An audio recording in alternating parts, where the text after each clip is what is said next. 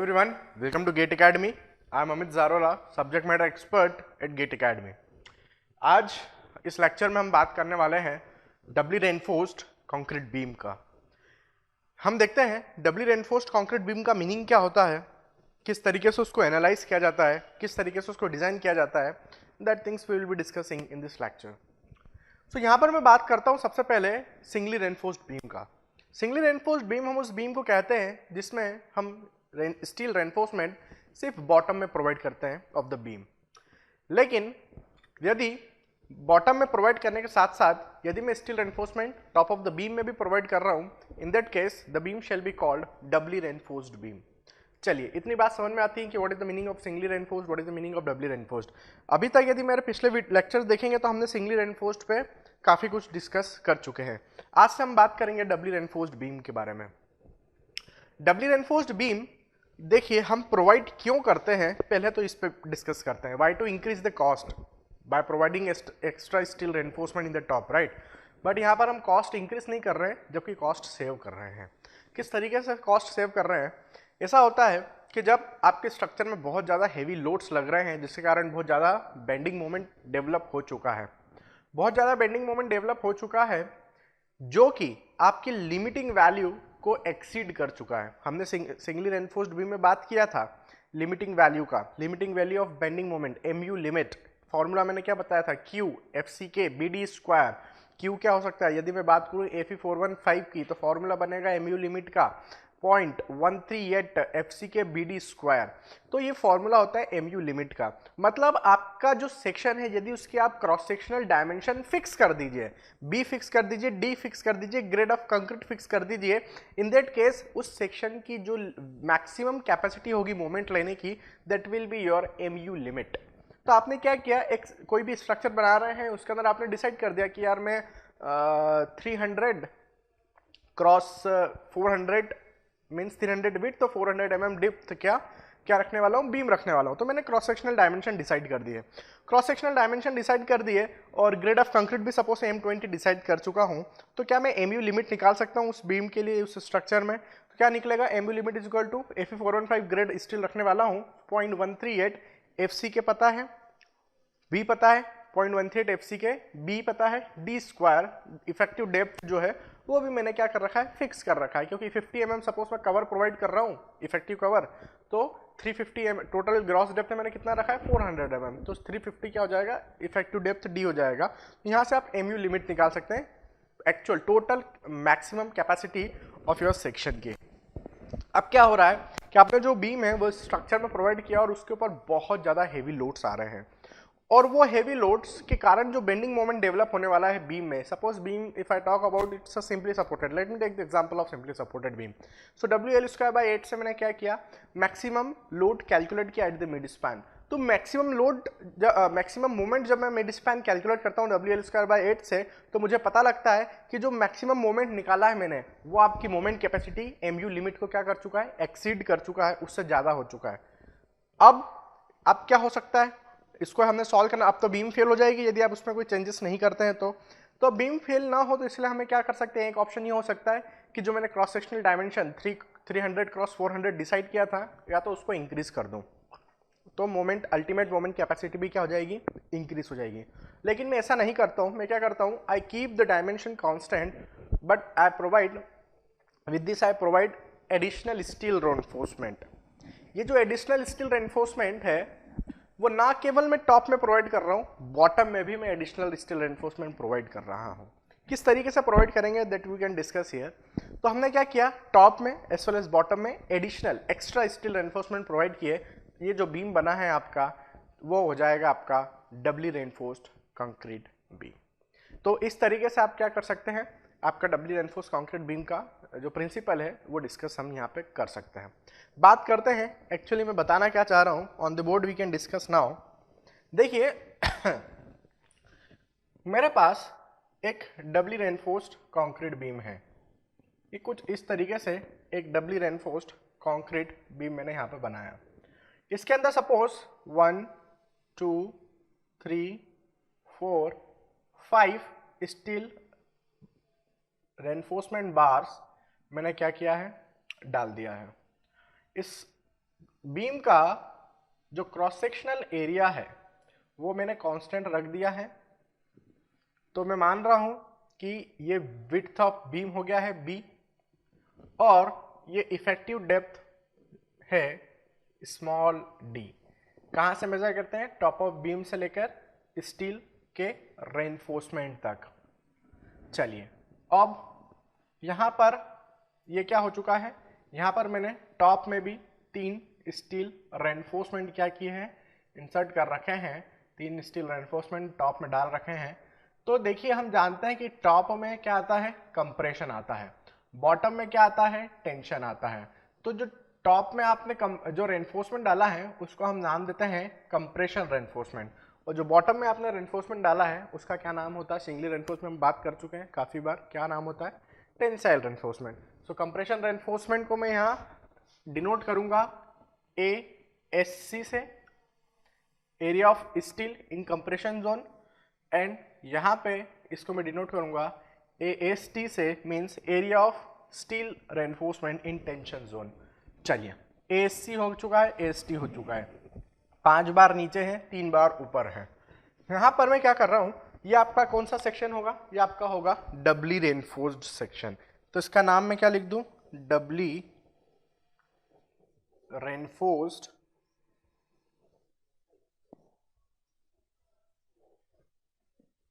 Beam section, doubly reinforced section I can write. चलिए आगे बात करता हूं। मैंने क्या किया, मैं देख क्या रहा था, हालांकि प्रॉब्लम एक थोड़ा सा कैलकुलेशन के थ्रू समझाता हूं। मैंने MU लिमिट कैलकुलेट किया। MU लिमिट का फॉर्मूला मुझे पता है, ये किस लिए है, सिंगली रेनफोर्स्ड का 0.138 FCK BD स्क्वायर। तो यहाँ पर MU लिमिट मैंने निकाला 0.138 FCK BD स्क्वायर। सपोज ये MU लिमिट का वैल्यू जो आ चुका है वो आ चुका है 350 kilo newton metre for the given dimension B and D के लिए वैल्यू आपको मिल चुकी है। कितनी? 350 किलो न्यूटन मीटर की। अब हमने क्या किया, मोमेंट अप्लाइड कैलकुलेट किया। MU मीन्स अप्लाइड मोमेंट, वो मैंने निकाला suppose WU L square by 8 से, L आपका इफेक्टिव ले सकते हैं आप। तो मुझे यहाँ पर जो मोमेंट मिला है अप्लाइड, वो मिला है मैक्सिमम 400 किलो न्यूटन मीटर का। मतलब आपके बीम की जो कैपेसिटी है वो सिर्फ 350 किलो न्यूटन मीटर लेने की है, और अप्लाइड कितना हो रहा है, that is 400 kilo newton metre. Beam fail हो सकता है। तो ये जो कंडीशन यहाँ पर क्रिएट हुई है, मतलब आपका जो MU लिमिट है वो छोटा हो चुका है MU से। तो अब आपको क्या करना पड़ेगा, आपको रजिस्ट करना पड़ेगा जो एडिशनल बेंडिंग मोमेंट आ रहा है 350 तक। देखो ये 400 है, 350 तक ऑलरेडी ये सेक्शन रजिस्ट कर सकता है, लेकिन आ कितना आ रहा है, 400 आ रहा है। मतलब रिमेनिंग कितना बच रहा है, 50 किलो न्यूटन मीटर। 400 में से 350 माइनस किया तो कितना मिलता है, 50 किलो न्यूटन मीटर। इस 50 किलो न्यूटन मीटर को रजिस्ट करने के लिए, इस 50 किलो न्यूटन मीटर को कैरी करने के लिए हमें क्या रखना पड़ेगा, टॉप में additional steel reinforcement, and bottom में भी कुछ एडिशनल स्टील रेनफोर्समेंट डालना पड़ेंगे। तो क्या मैं बता दूं कंडीशन, जब भी MU बड़ा हो जाता है MU लिमिट से, यहां पर जब भी आपका MU बड़ा हो जाता है MU लिमिट से, in that case we should design the doubly reinforced beam without increasing the cross sectional dimension of the given beam।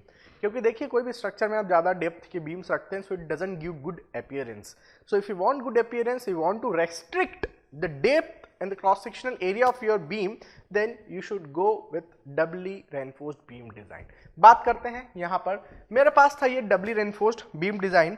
अच्छा, फॉर एग्जाम्पल ये कितना मोमेंट ले रहा है, उस जो कैलकुलेशन मैंने आपको करके बताया है, इस कैलकुलेशन के हिसाब से मुझे कितना रजिस्ट कराना है, टोटल 400 किलो न्यूटन मीटर मुझे रजिस्ट करवाना है। तो ये जो डबली रेनफोर्स्ड बीम में डिजाइन किया हूं, यहां पर ये कितना रजिस्ट करने वाला है, ये रजिस्ट करने वाला है 400 किलो न्यूटन मीटर का मोमेंट। आगे बात करते हैं, अब सिंगली रेनफोर्स्ड में बना रहा हूं, इसको मैं डबली रेनफोर्स्ड को क्या कर रहा हूं, 2 पार्ट्स में डिवाइड कर सकता हूं। कैसे डिवाइड कर सकता हूं, यहां पे देखते हैं। तो ये आपका क्या हो गया, कुछ इस तरीके से, मतलब इसकी विड्थ जो होगी सेम रखना है, थोड़ा सा ये थिन बन चुका है सेक्शन।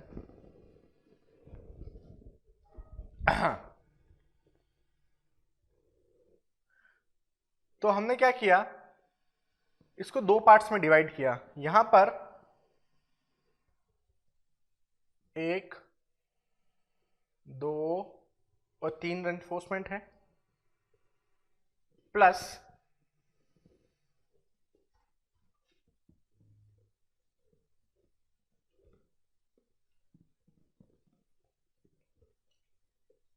यहां पर कितने आ रहे हैं रेनफोर्समेंट, 1, 2 और ये 3।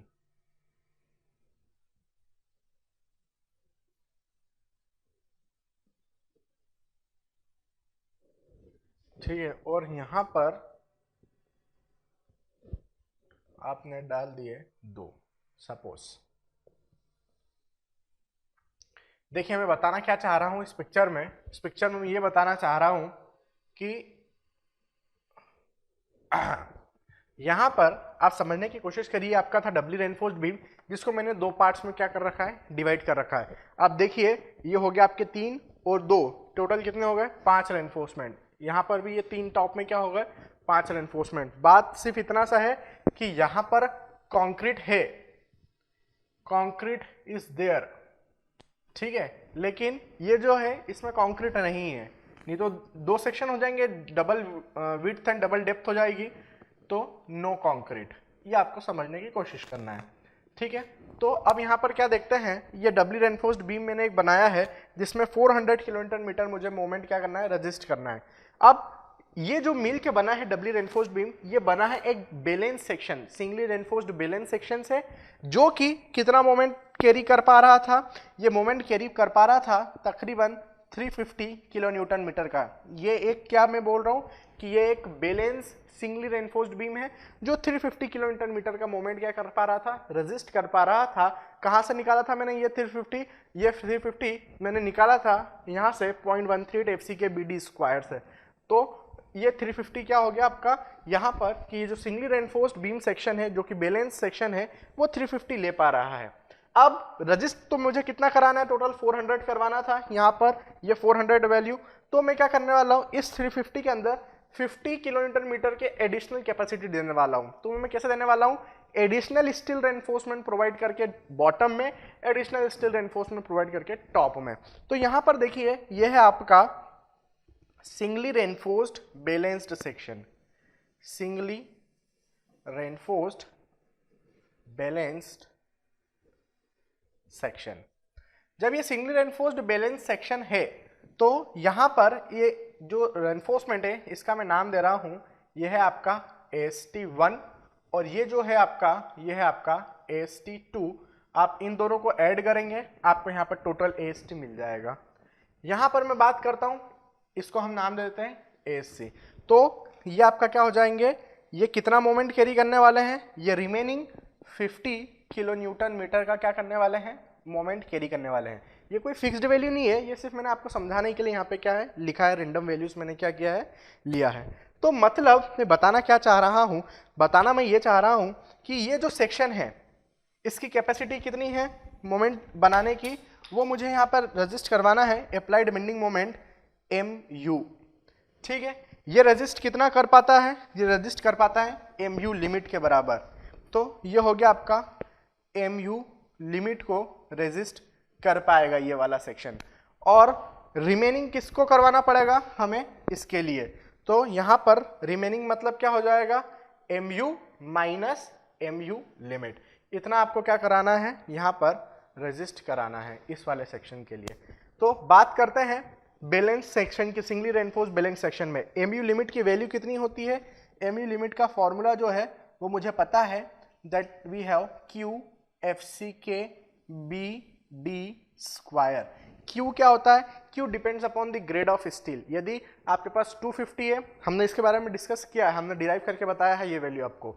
तो Q का वैल्यू क्या हो जाएगा, Q का वैल्यू हो जाएगा यहाँ पर Fe 250 के लिए 0.148, Fe 415 के लिए 0.138, Fe 500 के लिए यहाँ पे वैल्यू हो जाएगा 0.133 FC के BD स्क्वायर। सो 0.148, 0.138, 0.133 FC के BD स्क्वायर MU लिमिट का क्या मिल चुका है मुझे, यहाँ पर फॉर्मूला मिल चुका है। चलिए, तो आपको कैपेसिटी मिल गई है इसकी। अब बात करते हैं एमयू माइनस एमयू लिमिट के लिए।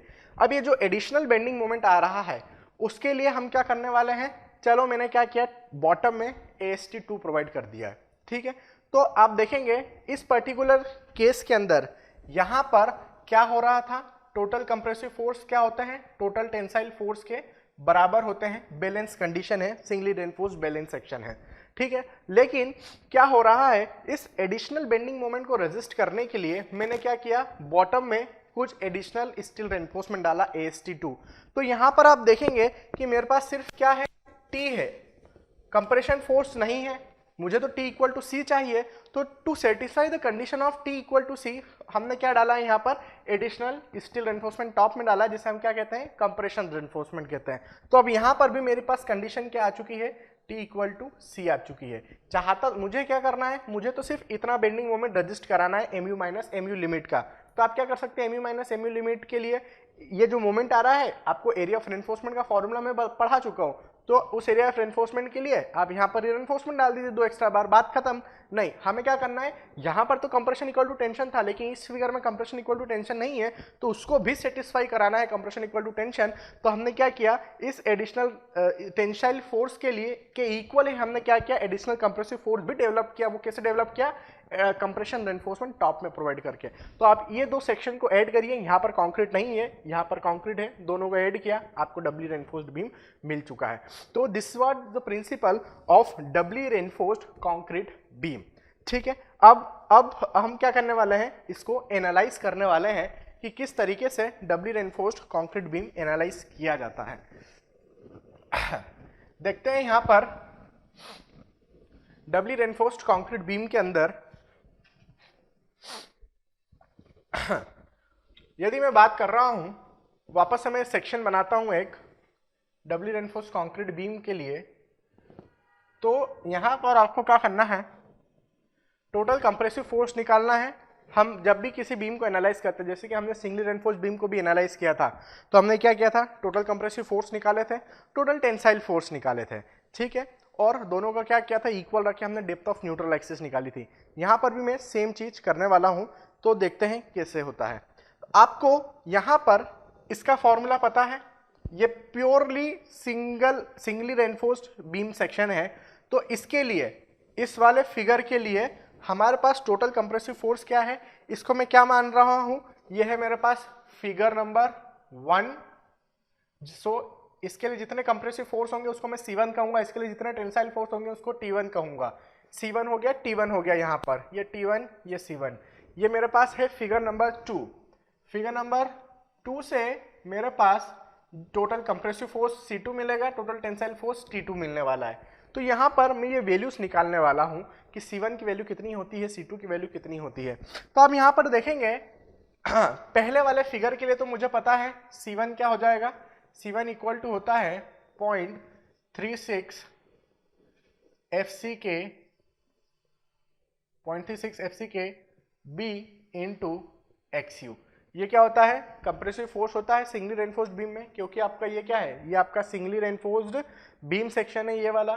चलिए, ये तो हो चुका है मेरे पास C1 का वैल्यू। बात करते हैं आपकी C2 की वैल्यू की।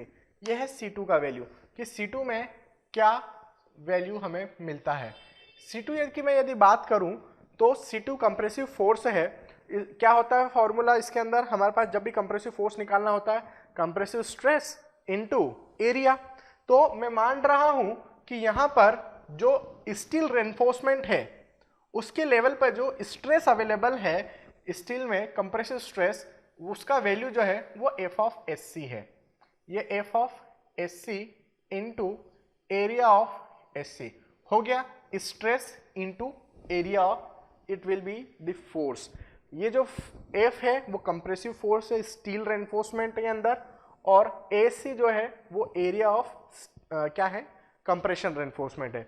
अब बात करते हैं, आप देखिए यहां पर मैंने क्या किया था, मैंने यहां पर लिया था 0.36 FCK B इंटू XU। मतलब मैं क्या कर रहा हूं, पूरा B ले रहा हूं, पूरा XU ले रहा हूं। आप यदि यहां पर बात करेंगे तो पूरा B लिया है, सपोज यहां कहीं पर इसकी डेप्थ ऑफ न्यूट्रल एक्सिस होगी, तो B पूरा ले रहा हूं। क्या पूरी विड्थ अवेलेबल है? नहीं। हमने क्या किया, जब पहले वाले फिगर को कंसिडर किया, b इंटू x1 लिखा, b इंटू एक्स लिखा, मतलब वहां पर पूरी क्रॉस सेक्शनल एरिया मैंने समझ लिया है। लेकिन एक्चुअली हो क्या रहा है, इन जगहों पर क्या प्रेजेंट है, यहाँ पर कंप्रेशन रेनफोर्समेंट प्रेजेंट है। मतलब जब भी आप कंप्रेशन रेनफोर्समेंट डालेंगे तो इतनी जगह से आपको क्या करना पड़ेगा, कंक्रीट निकालना पड़ेगा। So in this area there is no concrete. तो इस सेक्शन में भी इस जगह से हमें क्या करना पड़ेगा, एरिया ऑफ कंक्रीट को क्या करना पड़ेगा, हटाना पड़ेगा। तो यहाँ पर हम क्या करने वाले हैं, यहाँ से इस इक्वेशन से या तो पहली इक्वेशन से माइनस कर दो या दूसरी इक्वेशन से माइनस कर दो, किसी से भी कर सकते हैं। तो क्या होने वाला है, पहली इक्वेशन में हमें माइनस करना है क्योंकि पहला सेक्शन हमारे पास 0.36 एफसी के बी इंटू एक्सयू का कंप्रेसिव फोर्स निकला है। तो इसके अंदर इन्हीं जगह पर देयर इज नो कंक्रीट। तो मैं यहाँ पे क्या बना देता हूँ, ये डॉटेड पॉइंट्स बना रहा हूँ। 3 स्टील रेनफोर्समेंट मैंने डाले थे, तो इन जगहों पर क्या है, कंक्रीट प्रेजेंट नहीं है। तो इतना एरिया आपको क्या करना पड़ेगा, माइनस करना पड़ेगा। मतलब उतना फोर्स उस जगह का क्या करना पड़ेगा, माइनस करना पड़ेगा। तो क्या हो जाता है, कंक्रीट में स्ट्रेस कितने होते हैं, 0.446 एफसीके के होते हैं, 0.446 एफसीके, और वो 3 स्टील रेनफोर्समेंट का एरिया क्या होता है, एएससी। तो मैं यहाँ पर माइनस कर रहा हूँ 0.446 FCK stress in concrete into area of concrete. इस जगह का एरिया ऑफ कंक्रीट कितना हो जाएगा, इन जगहों का एरिया ऑफ कंक्रीट कितना होगा, वो एरिया ऑफ कंक्रीट जो होगा वो एरिया ऑफ स्टील रेनफोर्समेंट के बराबर होगा, जो कि एसी है। इसलिए मैंने क्या किया, यहाँ पर एसी माइनस कर दिया है। चलिए, ये मेरे पास आ चुके हैं टोटल कंप्रेसिव फोर्स। टोटल अब क्या करना है, इन दोनों फिगर्स को ऐड कर दीजिए, मतलब दोनों वैल्यूज को ऐड कर देते हैं। तो हमारे पास C1 प्लस C2 की वैल्यू आ चुकी है। क्या मैं इसको इस फैशन में लिख दूं, 0.36 एफसी के बी इंटू एक्सयू। इन दोनों को क्या हम ऐसा लिख सकते हैं, एसी कॉमन लेके कि एसी इज कॉमन, और हमने लिख दिया F of S C minus 0.446 into F C K. चलिए, मेरे पास एक इक्वेशन आ गया है टोटल कंप्रेसिव फोर्स के लिए, है ना। अब हमें क्या करना है, टोटल कंप्रेसिव फोर्स का वैल्यू आ चुका है। अब इस टोटल कंप्रेसिव फोर्स में मुझे क्या क्या चीज़ें पता होती है। मुझे पता है यहाँ पर 0.36 एफसी के बी इंटू एक्सयू, ये तो सेकेंडरी रेनफोर्स्ड बीम की कैपेसिटी का है, कंप्रेसिव कैपेसिटी का, तो वो इतनी वैल्यू में ठीक है। AC area of compression reinforcement okay 0.46 FC K, it is clear. F of S C मुझे नहीं पता, what is the meaning of F of S C. F of S C means stress in concrete, sorry stress in steel, ठीक है। तो stress in steel में कैसे निकालूं इन compression zone. तो यहां पर हम क्या करने वाले हैं, मुझे एक फिगर याद है कि जब भी मैं सपोज मैं यदि मान लूं कि आपका जो डेप्थ ऑफ न्यूट्रल एक्सिस है वो यहां कहीं से लाई कर रहा होगा, यहां पर देखते हैं हम, ये depth of neutral axis pass हो रहा है सपोज,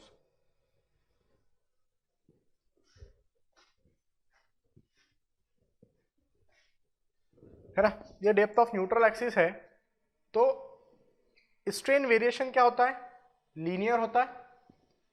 तो यह है आपका स्ट्रेन वेरिएशन का फिगर। मैक्सिमम कंप्रेसिव स्ट्रेन कितनी होती है टॉप में, वो होती है 0.0035 की, ठीक है। उसके बाद यहां कहीं पर आपके पास क्या होता है, स्ट्रेन का वैल्यू होता है, कितना होता है 0.002 का। स्ट्रेन वेरिएशन फिगर यदि आप देखते हैं, ये मेरे पास क्या है, depth of neutral axis x you है। अब हमें क्या करना है, सबसे पहले मैं निकालना क्या चाह रहा हूं, मैं निकालना चाहता हूं एफ ऑफ एस सी। मैं एफ ऑफ एस सी निकालना चाहता हूं। एफ ऑफ एस सी में कैसे निकालूं, तो मेरे पास यहां पर क्या है कि कर्व है। IS 456-2000 के अंदर ऑलरेडी हमें कुछ कर्व्स दिए गए हैं स्ट्रेस वर्सेस स्ट्रेन के। तो यहां पर स्ट्रेस लिया गया है, यहां पर स्ट्रेन्स के वैल्यूज लिए गए हैं। तो मैं पहले बना रहा हूं HYSD बार्स के लिए। तो HYSD बार्स के लिए कुछ इस टाइप के क्या दे रखे हैं, इन लोगों ने कुछ वैल्यूज दे रखी है। ये जो पहला है यह है आपका FY, जो कि एक्चुअल यील्ड स्ट्रेंथ बता रहा है, और दूसरा जो कर्व है वो लिमिट स्टेट मेथड के लिए है। इसको डिवाइड किया हमने 1.15 से with the factor of 50 of 1.15 for steel, ठीक है। तो ये स्ट्रेस वर्सेस स्ट्रेन कर्व मेरे पास अवेलेबल है। कौन से टाइप के स्टील के लिए अवेलेबल है, ये अवेलेबल है आपका HYSD के लिए, ठीक है। High yield strength deform bars जब भी रहते हैं Fe 415 500 वाले, तो उनके लिए। और यदि मैं बात करूं आपका IS 456-2000 में एक कर्व और अवेलेबल है, वो कौन से स्टील के अवेलेबल है? माइल्ड स्टील के लिए। तो वो जो कर्व अवेलेबल है वो अवेलेबल है कुछ इस फैशन में, स्ट्रेस वर्सेस स्ट्रेन का, कि यहाँ पर आपको जो कर्व दिया गया है वो कुछ इस फैशन में दिया गया है। ठीक है, तो एक कर्व तो ये हो गया होगा, दूसरा कर्व ये हो गया होगा, मतलब ये Fy के लिए है और ये वाला Fy डिवाइड बाय 1.15 के लिए लिमिट स्टेट मेथड के हिसाब से। ठीक है, अब मैं निकालना क्या चाहता हूँ? मैं एफ ऑफ एस सी निकालना चाहता हूँ इस इक्वेशन में। F of S C means क्या होता है? स्ट्रेस इन इस कंप्रेशन रेनफोर्समेंट। तो मेरे पास स्ट्रेस स्ट्रेन कर्व अवेलेबल है स्टील के लिए, तो मैं कौन सी स्ट्रेन पर निकालूं? यदि मैं बोल दूं कि कोई एक गिवन वैल्यू है स्ट्रेन की, कि इस जगह पर जो स्ट्रेन अवेलेबल है स्टील के अंदर वो सपोज यहाँ कहीं पर लाई कर रहा है, तो यहाँ से मैं इसको ड्रैग करूं और ये मैं वैल्यू बता दूं कि कितना वैल्यू होगा एफ ऑफ एस सी का HYSD के केस में, यहाँ पर भी मैं बता सकता हूँ। तो मैं वही निकालना चाह रहा था कि कितनी स्ट्रेन अवेलेबल है इस रेनफोर्समेंट स्टील के लेवल पर। तो मैं क्या करता हूँ, कंक्रीट के अंदर जो स्ट्रेन डिस्ट्रीब्यूशन है वो लीनियर होता है। यहाँ पर 0.002 है, यहाँ पर 0.0035 है। अब हम क्या करने वाले हैं, मैं यहाँ पर देखिए ये कंप्रेशन रेनफोर्समेंट के लेवल पर कितना स्ट्रेन अवेलेबल है वो निकालना चाहता हूँ। तो आप देखेंगे कंप्रेशन रेनफोर्समेंट के लेवल पर यहाँ पर यदि मैं देखूँ तो ये इतना स्ट्रेन अवेलेबल है, जिसको मैं नाम दे रहा हूँ एप्सिलॉन SC। कंप्रेशन रेनफोर्समेंट के लेवल पर अवेलेबल स्ट्रेन एप्सिलॉन है, एप्सिलॉन SC से मैं डिनोट कर रहा हूँ। तो एप्सिलॉन SC का वैल्यू निकाल सकता हूँ क्या मैं यहाँ पर? बिल्कुल निकाल सकता हूँ। कैसे निकाल सकता हूँ? तो सिमिलर ट्रायंगल देख रहा हूँ मैं यहाँ पर और लिख रहा हूँ 0.0035 divide by XU, 0.0035 divide by XU। अच्छा, मेरे को एक बात और समझ में आती है कि मैंने जो ये कंप्रेशन रेनफोर्समेंट डाल रखा है, ये जो मैंने कंप्रेशन रेनफोर्समेंट यहाँ पर डाला हुआ है वो कितनी डिस्टेंस पर डाल रखा है टॉप से? वो मैंने डाल रखा है D डैश डिस्टेंस पर। कितने पर? D dash. ठीक है, तो यहाँ पर जैसे आप D डैश डिस्टेंस पर ये डालते हैं तो ये डिस्टेंस भी कितनी हो चुकी है यहाँ पर आपकी? ये हो चुकी है आपकी D डैश। यदि वो D डैश है तो क्या मैं लिख दूं epsilon SC divide by XU minus D dash. Similar triangle से हो गया ये। ठीक है, 0.0035 divide by XU epsilon SC divide by इतना डिस्टेंस, इतना कितना होगा? XU माइनस D डैश होगा। तो मैंने क्या किया, इस फैशन में लिख दिया है। बस यहाँ से आप XU का वैल्यू निकाल दीजिए, सॉरी नॉट XU का, हमें निकालना है एप्सिलॉन SC का। तो एप्सिलॉन SC का क्या कर रहे हैं हम? Strain in steel reinforcement in the compression zone निकाल रहे हैं। तो एप्सिलॉन SC का जो वैल्यू मुझे मिल रहा है वो मिल रहा है कुछ 0.0035 into 1 minus D dash by XU। ये मुझे क्या मिल रहा है? यहाँ से ये मिला है फॉर्मूला कंप्रेशन रेनफोर्समेंट में स्ट्रेन निकालने के लिए। अब आपको स्ट्रेन का वैल्यू पता लग चुका है। ठीक है, आप क्या करिए, इस फॉर्मूले का यूज करते हुए स्ट्रेन का वैल्यू निकाल लीजिए। स्ट्रेन मिल चुका है, स्ट्रेन को हम यहाँ पर, जैसे मेरे पास HYSD बार है तो मैंने क्या किया, ये रहा वो स्ट्रेन का वैल्यू, सपोज एप्सिलॉन SC, ये रहा एप्सिलॉन SC। हमने क्या किया, कुछ इस तरीके से इसको एप्सिलॉन SC को मैच कराया। HYSD बार है और हमारे पास लिमिट स्टेट मेथड है तो FY डिवाइड बाय 1.15 लेना पड़ेगा आपको। तो कुछ इस तरीके से हमने यहाँ पर वैल्यू ले ली, ये वैल्यू हो गई है एफ ऑफ SC।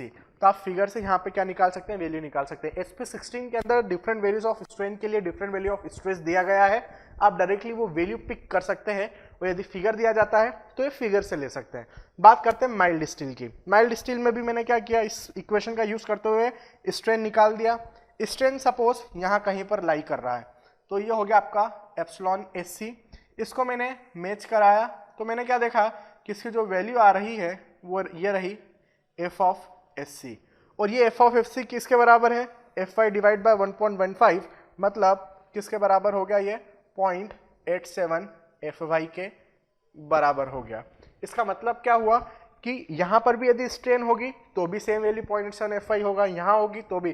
तो आपका माइल्ड स्टील के केस में यहाँ पर मैंने नाम नहीं लिखा है, ये आपका माइल्ड स्टील है। माइल्ड स्टील मतलब Fe250। जब भी आपके पास माइल्ड स्टील होगा तो स्ट्रेस इन स्टील जो होगा वो कांस्टेंट होगा equal to 0.87 Fy for any value of epsilon of Sc के लिए।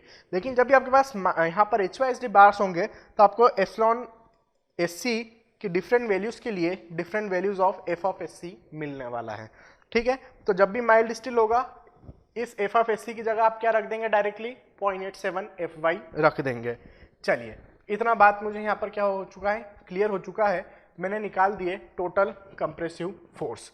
अब बात करते हैं टोटल टेंसाइल फोर्स की। सभी चीजें पता हो गई आपको, सिर्फ आपको depth of neutral axis XU नहीं पता है, वो हम आपको निकालना बता देते हैं पहले।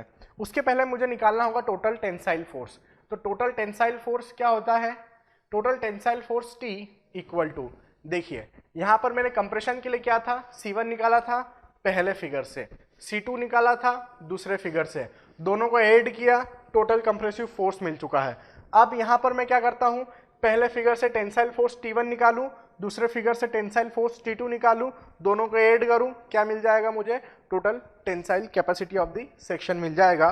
सो पहले सेक्शन से मुझे वैल्यू क्या मिलती है, 0.87 FySt1 मिलता है, दूसरे से क्या मिल जाता है, 0.87 FySt2 मिल जाता है। बस ये हो गया आपका टोटल टेंसाइल फोर्स। पहला ये T1 का वैल्यू हो गया, ये T2 का वैल्यू हो गया, दोनों को हमने ऐड कर दिया, हमें टोटल टेंसाइल फोर्स की कैपेसिटी मिल गई है डबली रेनफोर्स्ड बीम सेक्शन का। अब आप देखेंगे मेरे पास टोटल कंप्रेसिव फोर्स भी है, ये इक्वेशन, मेरे पास टोटल टेंसाइल फोर्स भी है, ये इक्वेशन। मुझे डेप्थ ऑफ न्यूट्रल एक्सिस निकालना है, तो मैं क्या कर सकता हूँ, total compressive force total tensile force के इक्वल रख देता हूँ, और यही मेरा क्या है रूल है, जब भी मुझे टोटल इफेक्टिव डेप्थ निकालना होता है, मतलब डेप्थ ऑफ न्यूट्रल एक्सिस निकालना होता है तब, तो मैं क्या कर रहा हूँ, कंप्रेसिव फोर्स और टेंसाइल फोर्स को इक्वल कर देता हूँ। तो इक्वेशन मेरे पास बन जाती है 0.36 FCKB इंटू XU प्लस फिर क्या बनता है, A of SC F of SC minus 0.446 FCK equal to में हम क्या देखेंगे, total tensile force 0.87 FySt1 plus 0.87 Fy into ST2। अब एग्जाम में क्या होता है, कभी कभी आपको क्या दे देते हैं, टोटल AST दे देते हैं, वो मेंशन नहीं करते हैं कि AST1 का क्या वैल्यू है या AST2 का वैल्यू क्या है, वो क्या करते हैं, टोटल एरिया ऑफ AST देते हैं। तो टोटल एरिया ऑफ AST क्या होता है, AST1 प्लस AST2 होता है।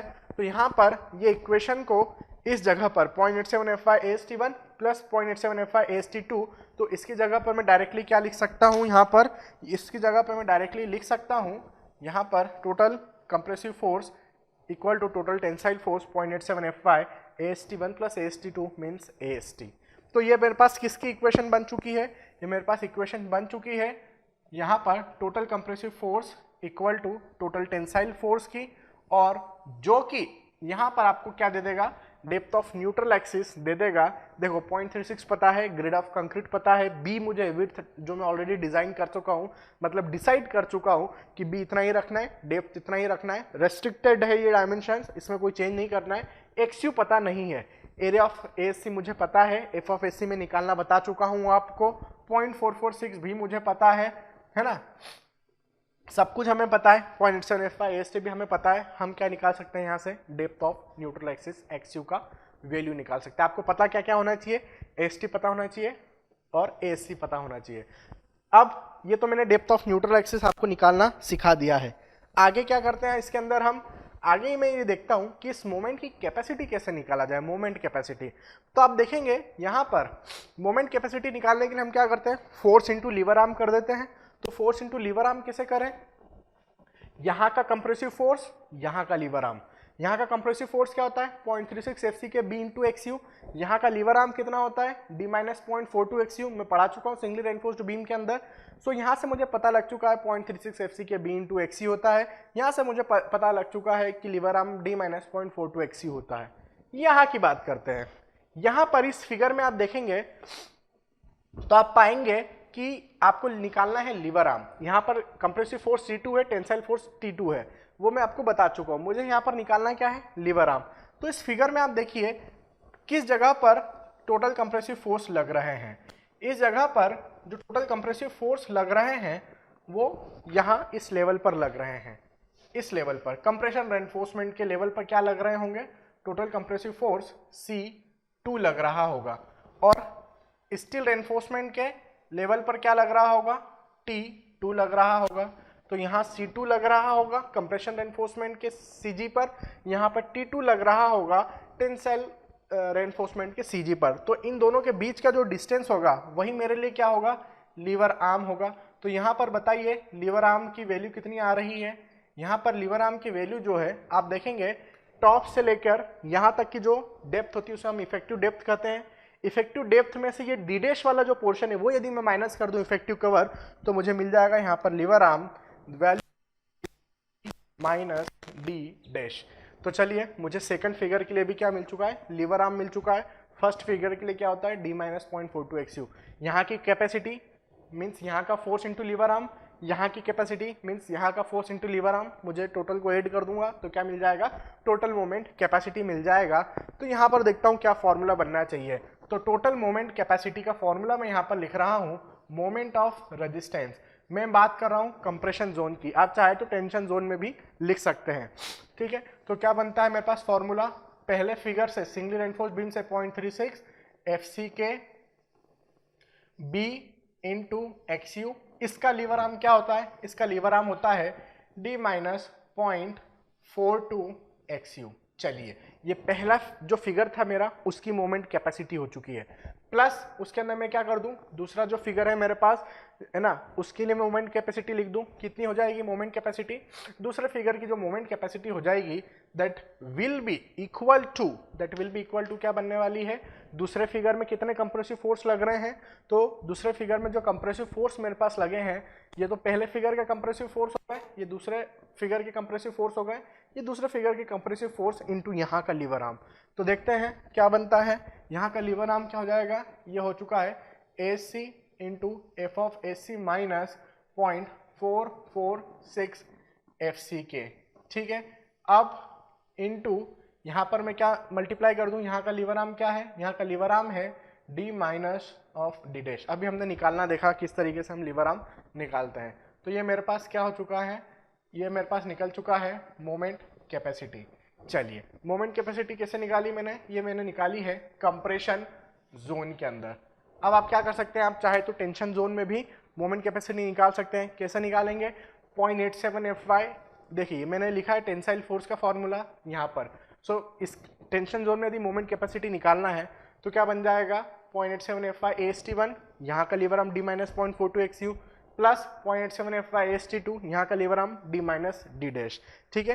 तो मेनली मैं सजेस्ट करता हूँ कि टेंशन जोन में न निकालते हुए कंप्रेशन जोन में निकालिए, क्योंकि टेंशन जोन में क्या है, हमें यहाँ पर AST1 प्लस AST2 की 2 डिफरेंट वैल्यूज कभी कभी नहीं दी जाती है, हमें एक कंप्लीट वैल्यू AST दे दी जाती है। तो फिर उस केस में आप AST1 AST2 को मतलब 2 पार्ट्स में डिवाइड नहीं कर पाते हैं। इसलिए कंप्रेशन जोन में आप क्या कर सकते हैं, ये कर सकते हैं। हाँ, यदि वो क्लियरली मेंशन करते हैं किसी क्वेश्चन में, या वाइल डिजाइनिंग जब आप खुद डिजाइन कर रहे हैं, तो उस केस में आप क्या कर सकते हैं, यहाँ का भी फॉर्मूला लगा सकते हैं।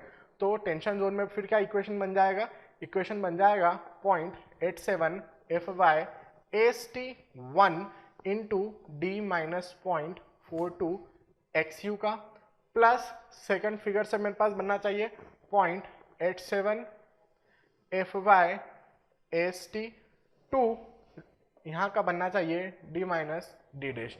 ये लीवर आर्म बन जाएगा इस जगह का। तो यहाँ से भी आप क्या कर सकते हैं, आप कैलकुलेट कर सकते हैं मोमेंट ऑफ रेजिस्टेंस। तो इस तरीके से हमने क्या किया, डबली रेनफोर्स्ड बीम की एनालिसिस किया, जिसके अंदर मैंने क्या किया था, पूरा एक डबली रेनफोर्स सेक्शन लिया जिसकी कैपेसिटी MU है, मैंने उसको 2 पार्ट्स में डिवाइड कर दिया। एक singly balance section singly reinforced है, और दूसरा जिसके अंदर मुझे remaining amount MU minus MU limit को रजिस्ट करने के लिए बॉटम में स्टील रेनफोर्समेंट डालना पड़ा AST2 का। चूंकि यहाँ पे एडिशनल स्टील रेनफोर्समेंट बॉटम में डाला है तो यहाँ पर C इक्वल टू टी की कंडीशन सेटिस्फाई नहीं हो रही थी, इसलिए C इक्वल टू टी को कंडीशन को सेटिस्फाई कराने के लिए मैंने फिर टॉप में भी क्या किया, अब देखिए टॉप में मैं एडिशनल कंक्रीट तो डाल नहीं सकता क्योंकि मुझे क्या करना है, डेप्थ रेस्ट्रिक्ट करना है, तो मैंने क्या किया, एडिशनल स्टील रेनफोर्समेंट डाल दिया C इक्वल टू टी कराने के लिए इस फिगर में तो ऑलरेडी है क्योंकि बैलेंस कंडीशन में है, तो वो करा दिया। तो अब AC हो गया, AC2 हो गया। अब इन दोनों फिगर्स को ऐड करेंगे, आपको टोटल डबली रेनफोर्स्ड बीम सेक्शन मिल जाएगा।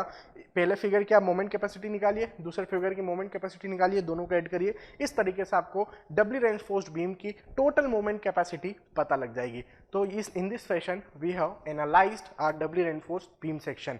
आगने वाले वीडियो में हम क्या बात करने वाले हैं, नेक्स्ट वीडियो में हम मोस्ट प्रोबेबली बात करेंगे how to design the doubly reinforced beam. मतलब मैं बात करने वाला हूँ डिजाइन से, मतलब मैं क्या बात करने वाला हूँ, किस तरीके से मुझे यहाँ पर AST1 कैलकुलेट करना है, किस तरीके से मुझे यहाँ पर AST2 कैलकुलेट करना है, किस तरीके से AC कैलकुलेट करना है। तो ये एरिया ऑफ रेनफोर्समेंट मैं आपको कैलकुलेट करना सिखाऊंगा नेक्स्ट वीडियो में। I hope you enjoyed this video. Thank you.